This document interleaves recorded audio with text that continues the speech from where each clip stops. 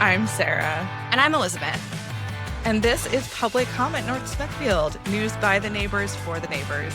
We are local moms and small business owners digging through the issues so you don't have to. We bring you facts and honest narratives in a format that fits your busy morning schedule. So, Elizabeth, how did take 3 go? Look, Sarah, I don't want to talk about it. Okay? Some days we win and some days we lose. And today is just, it's just one of those days. But we are recording after Record Gate 2026, in which we didn't record a whole episode. I feel like we're doing okay. The record sign is on. I can see it. We're coming up in the world. I mean, at least we recorded the other bloopers. Truth. Maybe if we want to do a blooper reel at the end of the season, we could. Do we have a season? I didn't know we had a season. I don't know. Every other podcast has a season. When are we taking this? When are we taking the season off? Like, when are we ending? I mean, do politics ever end? No, that's what I'm saying. I didn't think we had a season. I thought we were in it forever. Like, we're going to be 90 years old in the nursing home. Still on season 1, episode 3922. Exactly. He's talking about the hot goss between Ethel and Bert. I mean, let's be honest. At that point, it's going to be between like Monica and Ethan. Maybe there's a Chad or a Brad. It's gonna be Kylie with an Leigh at the end. That was a really popular name, I feel like, a couple years ago. Anyway, speaking of nursing homes, we do have with us someone. We have Paul Jones, recent candidate for town council and a good friend of ours. And Paul, I mean, why don't you tell us a little bit about yourself, a little bit about your work with seniors, and what encouraged you to run for office? Yeah, well, thanks very much for having me. My name's Paul Jones. I'm running for town council. I'm also a small business owner. I'm sitting here in my office in North Smithfield on Eddie Dowling Highway, right by the CVS. I own the Care Concierge, and that is a business that helps seniors and their families with finding different assisted living and memory care options. That philosophy that I have with my work trickles down to what I do politically as well, because everything that I do is predicated on wanting to help people. And that's why I have the business I do. That's why I have the history that I have. And that's why I decided, after a lot of back and forth and conversations with my family, is this the right time? Is this the right environment to run in? That I just can't stand back anymore. I have to get involved again. I have to get back into politics. And I have to do it because I genuinely think that people need help and they're not getting it at the local level from our current representation. And the town council seems to be, for me, the best possible way to help the people who live here in North Smithfield. So that's why I'm getting involved. Nice. Well, before we get into your platform and, what you want to do as a councilman, I think Sarah and I think a lot of people in town know you as a candidate or on boards or through your business. But Sarah and I mean, we have the opportunity to kind of get to know you as a friend and as a dad and as a husband. We get to see, I think, maybe a sillier side that other people don't see. So maybe kind of if you want to jump in and just tell us some stuff that like would come up at the local soccer game, or like tell us some of your more fun facts. Oh, geez. Well, I've been trying to have a lot more fun with myself and with my friends and with you folks. And I mean, especially my daughter, we're taping today on June 9th, which means that June 7th was just a couple of days ago. I got the chance. 6-7. I said, hey, guess what day it is? It's June 7th. She goes, what are you talking about? I go, 6-7. First time ever she slammed her door. And my wife's just looking at me like, what's the matter with you? But you got to have fun. I mean, at the end of the day, if we're on the softball field having a conversation, these are my neighbors, these are my friends. I'm not a different person now from last week. Right. Or from a month before. I'm still the same guy. It's just now I've decided to take this step to try and do something a little different for my neighbors than I was doing these past couple of years, because I did withdraw from politics. I was on the school committee for 6 years. Came off of that in 2022. Since then, I still am the chair of the Economic Development Commission, and I'm the vice chair of the Fire Board. And that's great. I love that. But I segued into a lot of focus on my job and on my family. Unfortunately, my dad died back in 2023, and There's been a lot that happened since then and around then, and things have finally evened out a little bit. Um, but that was a lot to get a hold of. And I've joined a lot of nonprofit boards as well. So I'm the chair of Rhode Island Elder Info, which is a senior service focused nonprofit. I'm on the board of the Hope Alzheimer's Center.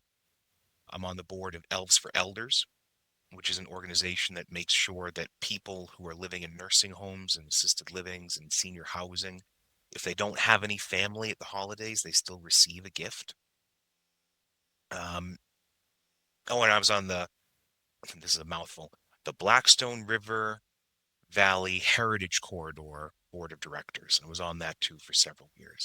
They're not the ones that do the Polar Express. That's a different Blackstone Valley. Maybe. So Bob, who is the main conductor, he was on the board with me too. Got it. Okay. Yeah. So, All right. but it is kind of an offshoot. But every Mhm. time I go to the Polar Express, I get the chance to see him again, and he's in the conductor uniform, and it's Tickets and go on sale for that next week. And yeah, it Yep. is the And Hunger Games of They tickets. Yeah. sell out real fast. You have to be at your computer right at as soon as they go on sale. yeah. Well, it's one of those things, we're all adults now, but that doesn't mean we can't enjoy ourselves. And you get to experience this magic, and especially if you have children, you're seeing that vicariously through your kids. Yeah. I get the chance to stand with my daughter and watch her have a snowball fight with her cousins Mhm. and get on a train to the North Pole and drink hot chocolate and eat cookies and see Santa Claus. And it's awesome. I don't get very many more of those. So it sounds like, Paul, that you are incredibly well connected with all of these different organizations. And you're already doing a lot for the community, albeit more behind the scenes. Like if you just hear of Elves for Elders, people may not necessarily know that you're on the board for it or things like that, but they're familiar with the program. So was there a specific reason or something that happened that kind of made you decide to step into the limelight, so to speak, and take a more visibly active role? It was a slow drip of reasons. It's been building over the past year, maybe year and a half. But what really interests me about it is the ability to address some of these issues that really are starting to impact the quality of life of the people who live in this town. And we're seeing it in some big ways. We're seeing it in small ways. The most recent way that it just, kind of burst onto the scene was when Woonsocket Hill Road just collapsed. That led to now a downtick in business of some would argue the flagship business of North Smithfield. A huge inconvenience for people who live on that road. A Mhm. huge inconvenience for people who just travel on that road to get wherever it is they're going to go. Yeah. An issue for fire trucks that might need to go down that road, and ambulances, because again, I'm on the fire board, so I hear about these things that come up, and my first response is, uh-oh. Yeah.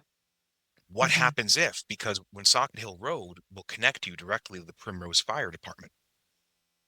And so if there is a fire, it's relatively easy for an ambulance or the chief's car, or maybe not a fire truck is the easiest way, but you still can get down Woonsocket Hill Road and get to those homes pretty Yeah. quickly. And now you can't because it Yeah. collapsed. Now, Well, but I am, think I want to pause you there because I think what I just want to highlight there is this isn't just an inconvenience, right? I mean, we're talking no, kind of basic public safety and what does it look like if the response time for the fire department is delayed, or what does it look like if for certain medical crises, we have a lot of seniors in town. I mean, time Mhm. is fast, right? If you're having a stroke, the last one is time, right? Like time is of the essence. And what does it look like if we have delayed response time for our first responders?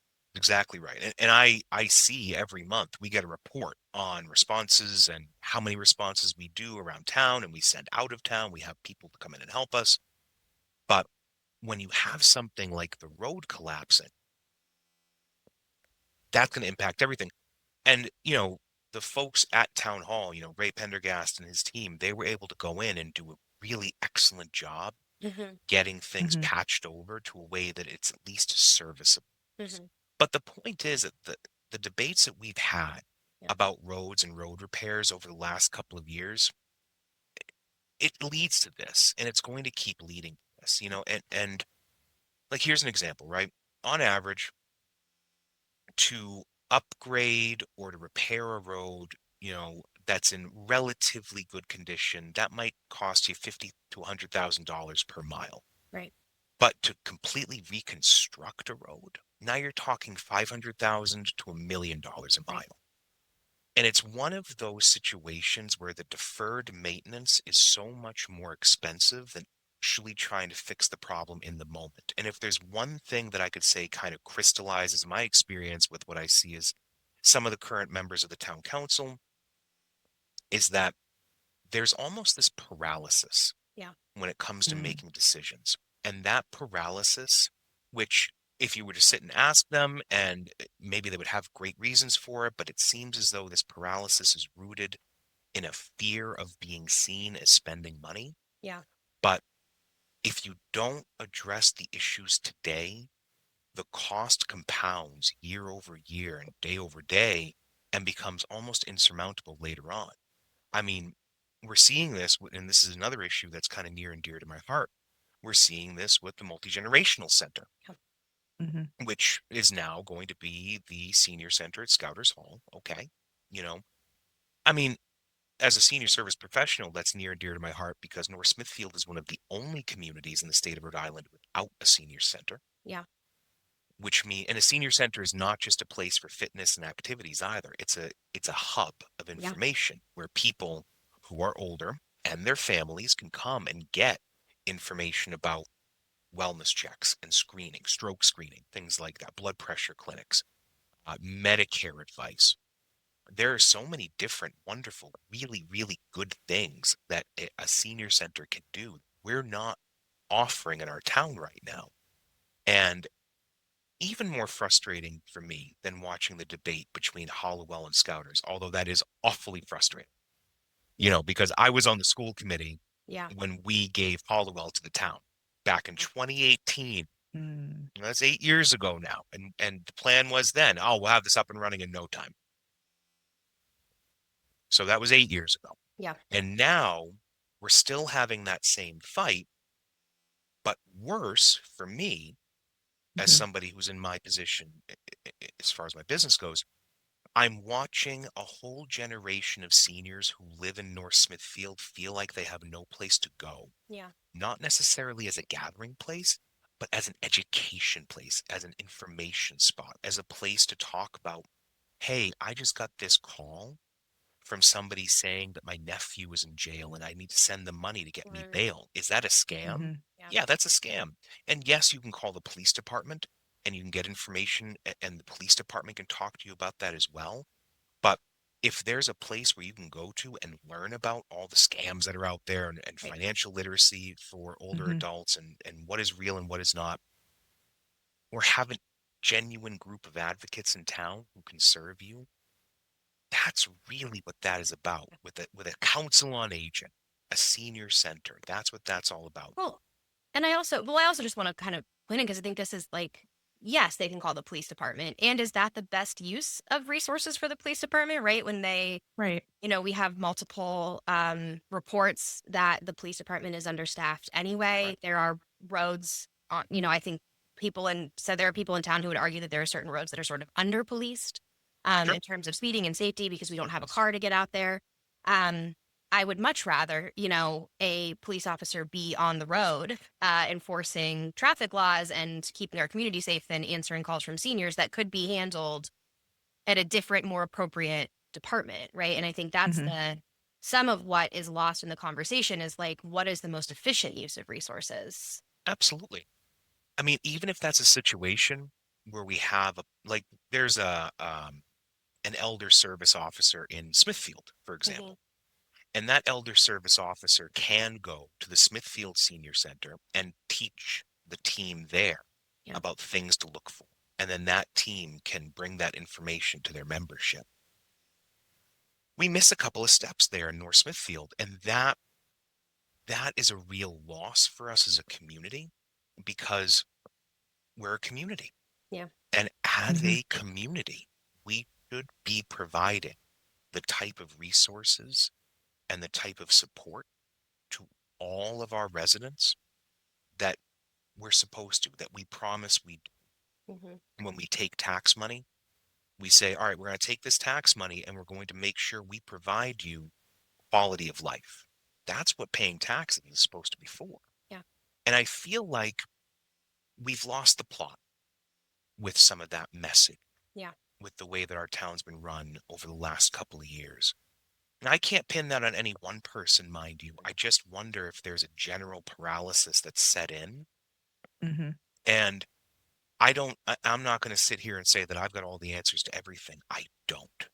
But I can say that I'm willing to make decisions, Yeah. and I'm willing to learn about what I don't know and use what I know and what I learn to try Yeah. and do the best possible job for the people who live here, because they deserve it. When you move here, you pay your taxes here, you put your kids in school here, you want life here, and you don't want to be in a community that feels like it's stuck in.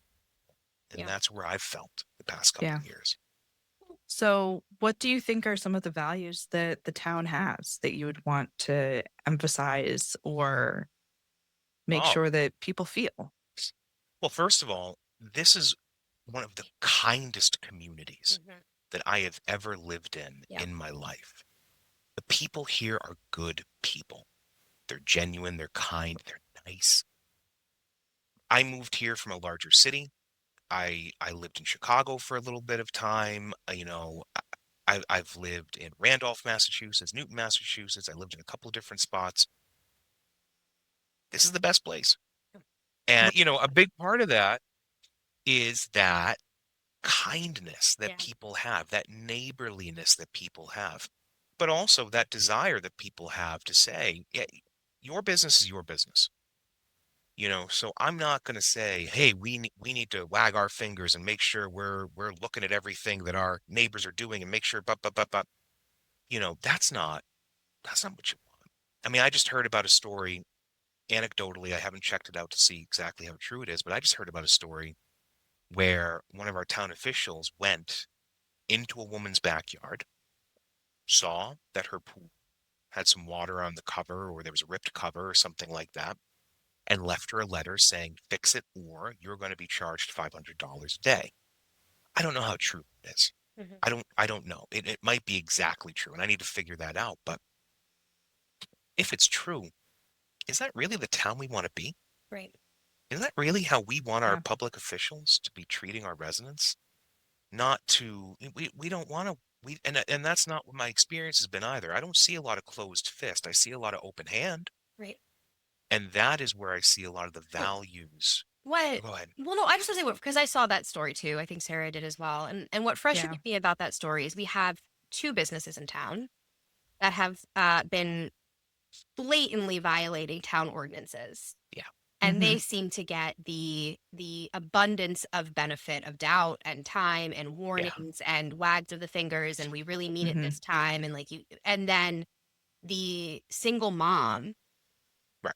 gets Yeah. $500 like that's and I think there's this sense of like have we completely lost the plot here Right. on what actually matters and Mhm. what actually is going to make lives better and then but I think the thing that then frustrates me to your point about paralysis is that what I see a lot from our public officials is this narrative of like, well, there's nothing we can do because that's this person's purview or that's that person's purview. You know what I mean? There's no desire of advocacy Hmm. or the Mhm. sense of like, as a public official, like you could make a phone call, Right. like you could just call and say like, hey, is there anything we can do here for this person or right? And I think that's I think what gets lost about representatives all the time is like part of their job.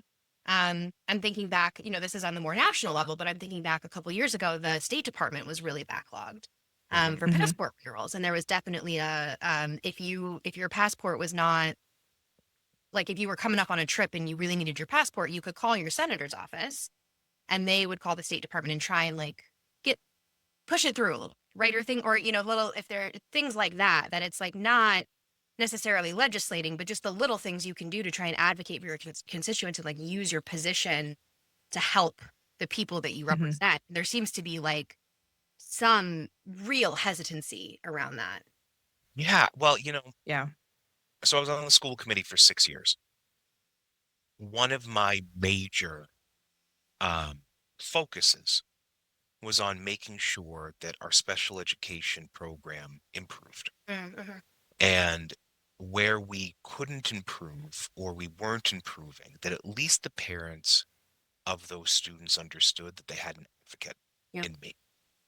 So there were many times where I would get involved, make a phone call, host a meeting with a school official, or go right to the superintendent and say, we need to fix X, Y, and Z. Yeah. You know, that advocacy though is really important. Mm-hmm. And it Hmm. is something that I feel like is missing. And and you bring up the two businesses, which those I have been following those situations, and I am a business owner. Yeah. I'm the chair of the Economic Development Commission. And if you're not going to be a good neighbor, Mm-hmm. that's not good business. Yeah. Yep. And in North Smithfield, we want business to come here, but we want them to be part of the community, Mm-hmm. not outside of it. And by flouting our laws and ignoring the ordinances, and one of these businesses seems to be completely ignoring how it's supposed to be treating our roads and what time it's supposed to be driving its trucks up different roads. And let's be honest, that's disturbing our residents who are supposed to be enjoying their morning, Yeah. getting ready for the day, getting their kids up for school, sleeping in if they want to. That's their right. And we aren't doing anything about it. And when you don't do anything, even behind the scenes, it's easy for our residents to feel like they're not being cared for. Yeah. And that's a real problem. Yeah. Well, and what I see, like, I see this pattern, and Sarah, like, I think we've talked about this, right? Like, there's this pattern Hmm. in a town council meeting. It's almost very predictable, right? Where, whether there's one of these businesses are on the agenda or a resident is just coming to public comment and talking about it, resident brings concern, right? Council says, oh, that's a real issue. We should do something about that. And then usually the town solicitor says, well, based on the way our ordinances are written or this or that, you can't do this, you can't Hmm. do that, whatever. And then the council says something to the effect of like, oh, well, we should like, that's a bummer. Mhm. And I'm like, you guys write the ordinances. I don't know Jesus. if anyone's told you that. But you can actually pass an ordinance, Yeah. pass an amendment, or change the law so that this can't happen again. And no one ever comes back with any piece of legislation ever drafted, even if, and I know it gets complicated where there's like grandfather rights and stuff like that, but it's like, okay, even if it's like maybe we can't do anything about this situation, we could prevent the situation from ever happening again if we change our ordinance. Hmm. And there have been no ordinances passed this entire term, 2 years. We have not seen a single ordinance. That's true. There is such a thing as reactive governance versus proactive governance. And unfortunately, we seem to be stuck in a cycle of reactive governance and when you're stuck in that cycle, things don't get done. They just get responded to. And Hmm. those things that are being responded to, you're so busy trying to figure out whether or not you can respond in some way to this. You're not making these things changeable in the future. I mean, you bring up a great point, and I need to double check this to make sure it's true, but I hear that there's been no new ordinances passed by the North Smithfield Town Council of any real substance. There have been some resolutions and things like that, but straight ordinances, laws changed since 2023. That's the last time on the website that there's anything. Which again, if they're passing ordinances and they're not going up, that's a separate problem in and of itself. Yeah. Yeah. So, right. And so now we're confronting this issue of not just a reactive governance, but a governance that has stopped governing. Yep. And while it's stopped governing, these problems keep compounding. Hmm. These issues keep coming up. Now you have a problem where the council feels as though, right, wrong, or indifferent, it feels as though its hands are tied. It doesn't realize it has the ability to untie itself. It just continues to say, oh, our hands are tied. We don't know what to do. And then these things continue to happen. And then there becomes a trust issue that comes up. And, we were talking a few moments ago about what are some of the values of North Smithfield and this kindness that they have, it's hard to stay kind. It's hard to stay optimistic. It's hard to stay happy with the community that you're in when you feel as though the people who are supposed to be managing your community aren't listening to your concerns. And I don't feel that way. I don't feel like my concerns are being listened to. And I have to imagine that I'm not alone. So, I mean, what comes to mind when you say that for me is this is almost like house fires, right? In terms of reactive and proactive. And there's so much that we have in place proactively to prevent house fires. You have to have your electrical inspected when you sell or buy a house. You have to have smoke and carbon monoxide detectors in certain parts of your house. Um, these are required. And I would imagine if all of that proactive prevention were taken away, we would have a ton of house fires on our hands, right? Um, and so at a certain point in kind of life and civilization and things like that, you have a group of people who are reacting to these things and end up putting the pieces together, right? Because as you experience something, you gain more knowledge about something. They're putting the pieces together and they're seeing, oh, here are the things that are causing this. mhm. But if they stay reactive, then at that point, you can't help but wonder, are you intentionally withholding the solution? And we see that with all of these other things that are happening in town. We're seeing it with groundwater and PFAS. We're seeing it with the other water issues that have been had at the schools. And we're seeing it from the neighbors of the schools who are saying, whoa, whoa, whoa, just because I don't have kids at the school doesn't mean I also shouldn't know about what's going on because your well water is coming from basically the same place that my well water is coming from, and I need to know about this, right? So it's that withholding of information. Um, and also, like you said, treating companies better than individuals. I think that lack of kindness that ends up happening when you enforce things so firmly on individuals and not on companies, we also see with our favorite topic, the chickens. Not the Chickens, chickens. the rooster. I would like to put you on record on your position. Should local residents in North Smithfield be allowed to have a rooster? Yes, if they have the Oh, space for it. Okay. I think that's reasonable. Yeah. I think, this is my philosophy. North Smithfield has long been, always been, really, this this rural community Yeah. mhm. with the benefit of access to so much at its fingertips. But so yes, you can go and be in Providence in 15 minutes. But when you cross that border into North Smithfield, you feel like you're in a little bit of a different world. That is a huge shift as soon as you go over It's a the border. huge Yeah. shift. And a big part of that shift is in the rural character of North Smithfield. You can enjoy the type of the surroundings, the forests, the water, whatever you want, you can have in this environment. And that's really special. And I don't want to, I would never want to mess with that. And I think that's a big part of why people move to North Smithfield is they want that piece of paradise that they maybe wouldn't expect Yeah. when they're Hmm. looking to move to Rhode Island and they think, all right, well, where am I going to go? And they find North Smithfield and they go, wow, this is something different that you're not going to find anywhere else. So if somebody wants to have roosters or goats or other animals and they can maintain the care of those animals safely so that they're treated humanely, and they have enough space so that their neighbor's quality of life isn't impacted, go for it.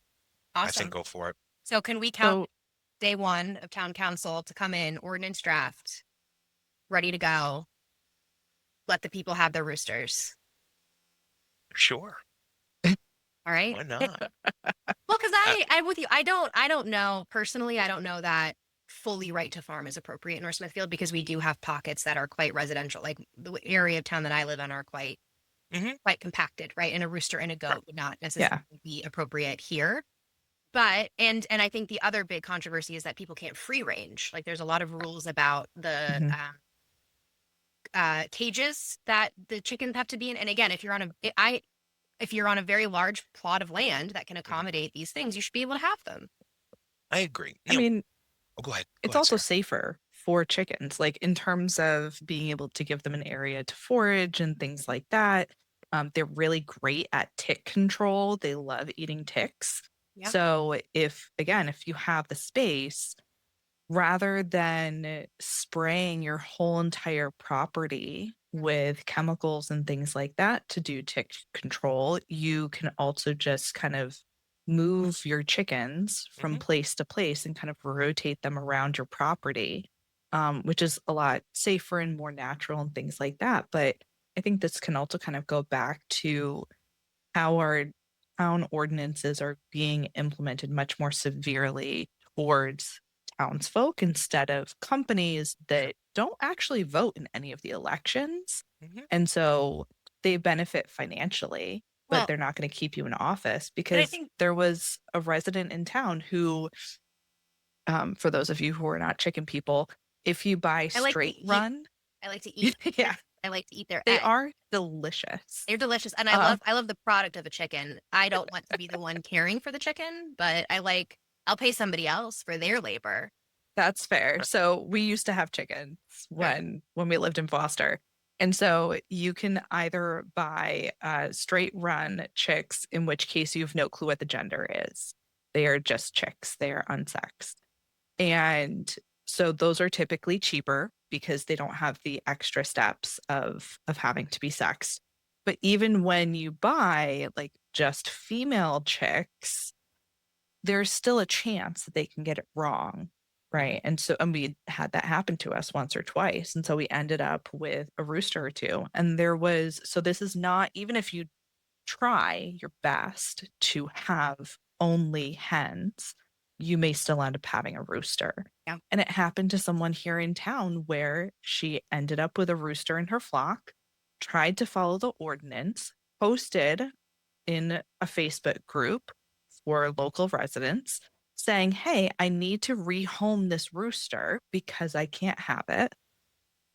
How can I get rid of this? Is there someone out of town who can take this, whatever else?"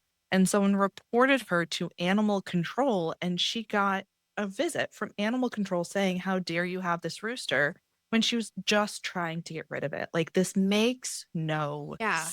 Well, sense. and I think coming back, like it's something that Sarah and I are really passionate about. Like we started this podcast really targeted towards moms and Mhm. women in town who care a lot about, tend to care a lot about, kids and the future but don't always have the time to learn what they need to know to feel involved. And one of the big things for if you're a mom and you've chosen to stay home and to do more care tasks and domestic labor for kids or for seniors, but your family still needs income. One thing that a lot of moms do is leverage their base, right? If you're Yeah. living on a large property by selling eggs, right? Like it is a huge money maker. People really like free range eggs. And it's lots of people in town are posting, they will sell eggs. And this was really actually helpful back, I think year or two. I mean, we've had multiple instances of bird flu where eggs Yeah. at the grocery store are skyrocketing, but we have Yeah. safe, locally produced, free ranged eggs right here in our backyard. And what frustrates me is like, this is a win. Having people in town being able to sell locally produced eggs is a win on just about every check mark. It provides affordable local produce. It creates a supply chain that's separated from big factory farms. It gives employment and work to people. And if you're not allowed to have a rooster, then my understanding is that your herd or flock can never be self-sustaining, right? Like you have to keep Yeah. purchasing chicks, right? And you can never Hmm. create a situation in which you can sort of repopulate your own agriculture. And to me, that you're that at that point, you're essentially cutting off the knees of a small business owner while simultaneously allowing these big, larger businesses to Hmm. pollute our air, run rampant on our roads, be a public nuisance, where the Yeah. local family that's just trying to earn some extra income on chicken eggs is being kind of cut off at the knees. Like to me, that's just not acceptable. So I gotta tell you though, the way you just framed it Mm-hmm. as a small business Yeah. is really that I hadn't considered before. Yeah. Hmm. And it's really true, and it gives a good perspective on things because, I'm trying to, I'm trying to keep everything in mind and I'm trying to be fair to everybody. Yeah. But I'm also forcefully remembering now a business in town that was told things like take all the oils out of your engines when you Yeah. crush them, Yeah. and just kept not doing it and kept getting, well, in 2 weeks and 2 weeks and 2 weeks. And meanwhile, yeah, that mom who's just trying to make a couple of extra dollars Hmm. because Hmm. utility bills doubled in the last 3 years Yeah. and Yeah. trying to offset that, or our reavals have gone up enormously and trying to offset that. Hmm. That's the person that we're making life harder for. Right. Well, and it's not even just the eggs. So there's typically two types of chickens that you'll get for purposes, right? So people will get chickens for eggs, and then will also buy specific breeds that are called broilers, is the general term for them, and they are raised as meat birds. And so for something like that, you raise these broilers with the specific purpose, and they've been bred for this as well, to just be harvested for meat Mm, and to be butchered. And so if you think of how much chicken you go through in a year as a family, Yeah. and you can find out that for a fraction of that cost, all things considered, if you've already got the setup, maybe you already have layers, which are the chickens just for eggs, and you say, you know what, I want to be able to cut our grocery bill down, or I have health issues and I need to be able to have control over where my meat comes from. So you have individuals who, for a variety of reasons, want to have more control over where their food is coming from. Maybe it's also ethical or humane. They want to know that these birds are being properly cared for, yeah. and being butchered in a humane way before they eat them. And in that case, you only have them for like 3 months or so for the broilers. And so it doesn't matter whether or not it's a rooster because Mm, it's not going to be around for very long. But it still gets to the point where it crows Yeah. and where you can sure. tell, oh, I've got a rooster. Hmm. And so and so typically, especially because they're going to be butchered, you typically buy your broilers as straight run. Mm, Why would you? You really can't raise them because of their genetics and stuff to then have your own flock of broilers. So these people are also going to be screwed. Yeah. Like, Yeah. And there's just, yeah. there's more complexity. I would love to see a whole ordinance overhaul. And we're doing a charter review right now, and that's Right. great. But a whole ordinance overhaul because there are some elements of laws and ordinances that can become either accidentally Yeah. or purposely punitive. Hmm. Mhm. And that would be a priority of mine too. What I want, what I really, really want is an opportunity for this town to get a look at some of the things that at its root we can fix now so Mhm. that we don't have to keep having the same conversations 30, 40, 50 years from now, because we are literally doing that. Yeah. We are literally having the same conversations today about some of these businesses in town and about some of these policies in town that people were having back in the 1970s. As a community, that's just not fair to yourselves. Yeah. That's not fair to ourselves because we as a community should always be thinking about two major things. Hmm. what are those things that we can do to make sure that our residents' quality of life is preserved today? Yeah. And what are those things we can start thinking about today so our residents' quality of life is improved tomorrow? Yeah. I think a good rule of Hmm. thumb is if we were having this conversation during the Carter administration, we probably should have solved the problem by now. Pretty much, yeah. Right? Yeah.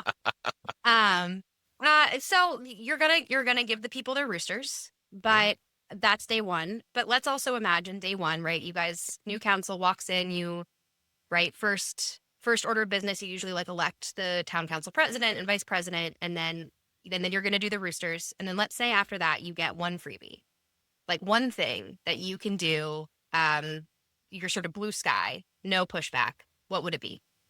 Man. Well, keep in mind that I don't have flashy ambitions here. Mhm.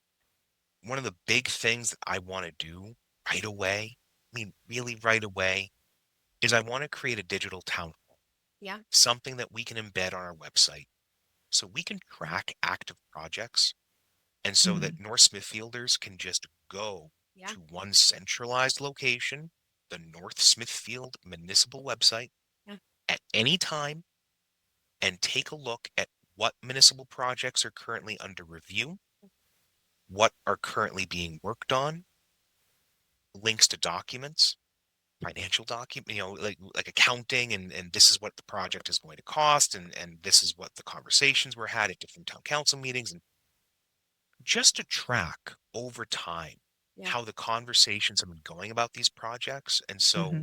our residents also know if something's going over long, why is it going? Yeah. If something's not going the way we thought it was supposed to go, why is it happening that way? But more than anything else, just so our residents know that we respect them enough to Mhm. want to communicate with them clearly Right. about what's happening within the borders of their town. Yeah. That's my freebie. That's what I want. That's what I want embedded on the Right. website. There'll be a cost to that. I don't know what that cost is. I'm not very good with websites, so I don't know what that will look like. But if that's my freebie, that's what I want because I think that is what a lot of people in town would find. So, one last question before we wrap up. Okay. What is a question you wish someone would ask you that nobody ever does? Hmm. I'm most what professional um activity or victory or whatever I'm most proud of is Mhm. what nobody ever asks me. And I think because they automatically think it's going to be my business, right? Mm. I'm a small business owner and that's great. We're franchising, that's great. It's all great. But what I'm most proud of is the nonprofit that I work with. Mhm. It's called Elves for Elders. Yeah. And what Elves for Elders does every year is it takes a look at a problem that we've had for a long time, which is that people who live in nursing homes, there are some people who live in nursing homes and assisted livings and senior housing who unfortunately they don't have any family. And that could be by choice or it could not be by choice. Mhm. But the reality is that the holidays come and they don't have anybody there to send them a gift. And so what we do is we go out and we put Christmas trees all over the state. So And like a giving tree for kids. exactly. And we have little paper stars there with a person's initials on there and what that person requested for a gift. And it's usually, I mean, it's sometimes it breaks your heart. I Yeah. just want a new pair of socks. Haven't had a new pair of socks in 10 years. Just want a new pair of socks. Sometimes it's funny. Sometimes it's I want a box of Cuban cigars and Gonna say Buffalo I would Trace. probably ask for a bottle of some. Yeah, Yeah. yeah. All This right. And but for the most part, it's just somebody who's looking for something really small. And when I first joined the organization, it wasn't even a nonprofit yet. It was just a passion project run by a friend of mine. And she was doing at that point, I mean, we were up to a couple of she when she started the whole organization, it was like 50 people that we were giving gifts to. Last year, it was several thousand seniors throughout the state. So we get Wow. we get all the gifts together. They're in gift bags. So because we can't wrap them anymore. There's too many gifts. So gift bags come with the gifts. We staple the gift bags closed. We get them out to the properties, and the seniors open their gifts on or around Christmas Day. And that is, I'm the most proud. That's great. Yeah. That's great. Good answer, Paul. Thanks. So where can people find you? Where can they follow your campaign? Where can they donate? So, the website is electpauljones.com. You can reach me at paul@electpauljones.com, or you can go to the Facebook page, Paul Jones for North Smithfield. And my cell phone number is on all of that website and everything else. So people can call or text me anytime they have any questions about what I want to do or what I want to see in town or anything. If you want to volunteer, if you want to donate, that's wonderful. Every dollar means the world to me, but every minute that a person wants to spend supporting me by knocking on doors or talking to their neighbors means even that much more. Because the money is nice, but it's people who are going to win the campaign. So that's my big ask coming out of this conversation today, is that for the people watching, if you liked what you heard and you know anybody that might want to knock on some doors with me, or at least just give me a call and get to know me a little bit better, that's an open invitation. Well, and as we close out, Sarah and I have a pretty exciting announcement, speaking of getting involved in campaigns. So do you want to tell the news, Sarah, about our summer fall plan? Absolutely. So we love our besties so much, and politics are fun all on their own, but we're going to make it even more fun and do election bingo.